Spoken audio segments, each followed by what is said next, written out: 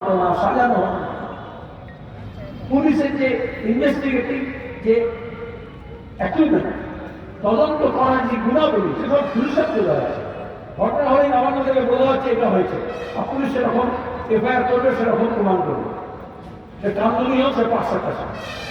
আর সেখানে যদি ধর্মের কৃষ্ণের মতো কোনো পুলিশ বলে যে না ধর্ষণ হয়েছে, তাহলে তাকে বলতে করবে। ময়নাতদন্তে ডাক্তার যেমনটা ম্যাডাম চাইছেন তেমনটা লিখতে হবে, নাহলে তাকে বদলে দেবে। এটাই তো ঠিক চাইছে। 5 তারিখে দেখেছেন আরজিকর হাসপাতালে এখন কোনো পরিবর্তন হয়, শুধু মানুষ রাস্তায় নেমেছে। আরজিকরের স্পেশাল কাউন্সিল মিটিং ডেকে কলেজে সিদ্ধান্ত করেছে তাতে category 1, category 1A, B, category 2 এবং নানা করে লিস্ট করেছে। প্রতিদিন আমাদের পাড়ায়, মহল্লায়, স্কুলে, কলেজে, অফিসে, আদালতে, কারখানায়, সরকারি দপ্তরে যেগুলো আমরা ভোট করছে তার একটা স্যাম্পল লিস্ট আছে যে কি কি করেছিল। ফেক কালচারের নাম করে কীভাবে যৌন নির্যাতন, কীভাবে র্যাগিং, কীভাবে পাস করার জন্য টাকা, ভর্তির জন্য টাকা, কীভাবে তোলাবাজি, মেডিকেল কলেজ লিস্ট করে দিয়েছে। আমাদের কাছে শিক্ষা যে টিএমসিপির নাম করে কি করা হয়েছে, কি করা হচ্ছে। আজকে আজীবন নিয়ে আমাদের চেতনা আঘাত করেছে। প্রতিদিন এ ধরনের ঘটনা ঘটছে। আমরা মনে করলো এই তো ওপেন অ্যান্ড ফ্যাক্ট কেস, একজন সঞ্জয় রায়কে পাওয়া গেছে, সিভিল ভলেন্টিয়ারকে দিয়ে তাকে ফাঁসি দিয়ে বললেন না 2 দিন। আর তারপরে তো ভাইকে বলে একটা এনকাউন্টার করে নিল। আর আমরা বললাম একটু তদন্ত করে সত্যটাকে জানতে হবে, গভীরে যেতে হবে। পুলিশ কমিশনারকে নিয়ে প্রথম থেকেই সবটা লোকানোর চেষ্টা করা হবে। এটা হচ্ছে স্ট্যান্ডার্ড অপারেটিং প্রসিডিওর। আর এই জন্যই উনি বলেছিলেন মুখে 2টো ক্লাস লাগিয়ে, এই জন্যই বলেছিলেন লাল ঝান্ডা থাকবে না, পার্টি অফিস থাকবে না, স্ট্রাইক করতে পারবে না, মিছিল দিতে পারবে না, পোস্টার লাগাতে পারবে না, স্লোগান দিতে পারবে না। কারণ তিনি সবচেয়ে ভালো করে জানতেন যে তিনি অন্যায় করবেন, তিনি অন্যায়কে প্রতিষ্ঠা দেবেন। আর তাহলে লাল ঝান্ডা থাকে, তার প্রতিবাদ করবে, রাস্তায় নামবে, তাহলে সেই প্রতিবাদের ভাষা কেড়ে নিতে হবে। বুদ্ধদেব ভট্টাচার্য নেতা ছিলেন, যা হলো আপনারা সব জানেন, আমি বিবরণ দেব। কিন্তু উনি 2011 সালে বলেছিলেন যে অপরাধীদের বুকে পাটা বেড়ে গেল, তারা মনে করছে তাদের সরকার। তিনি একটা ইন্টারভিউতে বলেছিলেন 10-12 বছর পরে মানুষ বুঝতে পারবে কি ঘটেছে।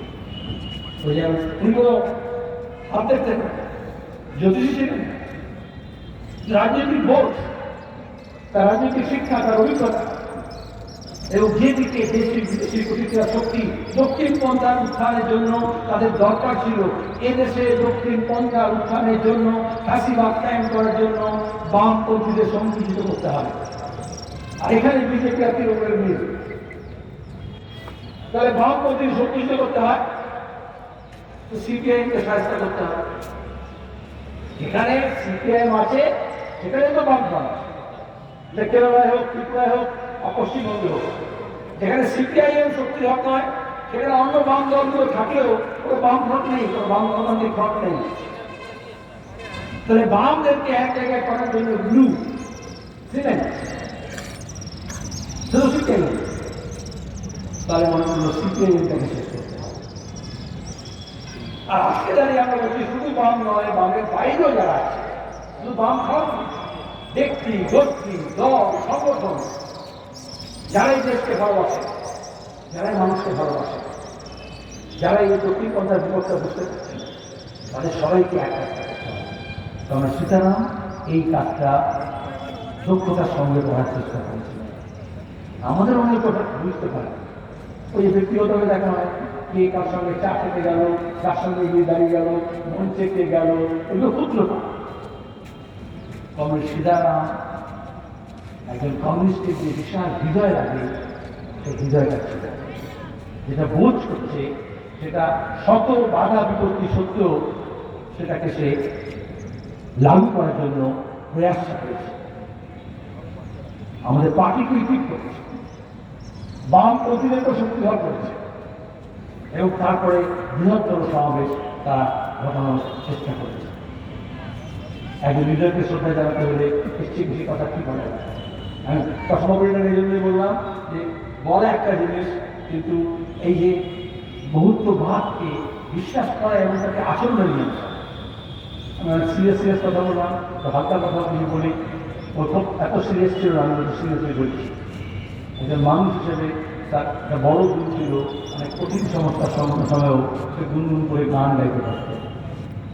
বক্তৃতার মধ্যে ডায়লগের মতো করে পুরনো সিনেমার গান কথা ডায়লগ সে বলতে পারতো। অনেক আমাদের ভেটারেন কমিউনিস্ট নেতারা তো বলবেন এসব কি কথাটা পার্টি সেক্রেটারি এসব বলে। আমাকে বলেছে, আমি যখন তাদের রাজ্য সম্পাদক হয়েছি, যখন একটু হাসপাতালে বলি বলে রাজ্য সম্পাদক এসব মানায়। সুতরাং যদি ভোটের মিটিংয়ে এসছি আমার প্রচারে, আমি ভোটে দাঁড়িয়েছি, তখন বলছে ও পুরানা মুগলে আজম কা ও ডায়লগ থা, আছে না, পৃথ্বীরাজ কাপুর, আকবর, দিলীপ কুমার হচ্ছে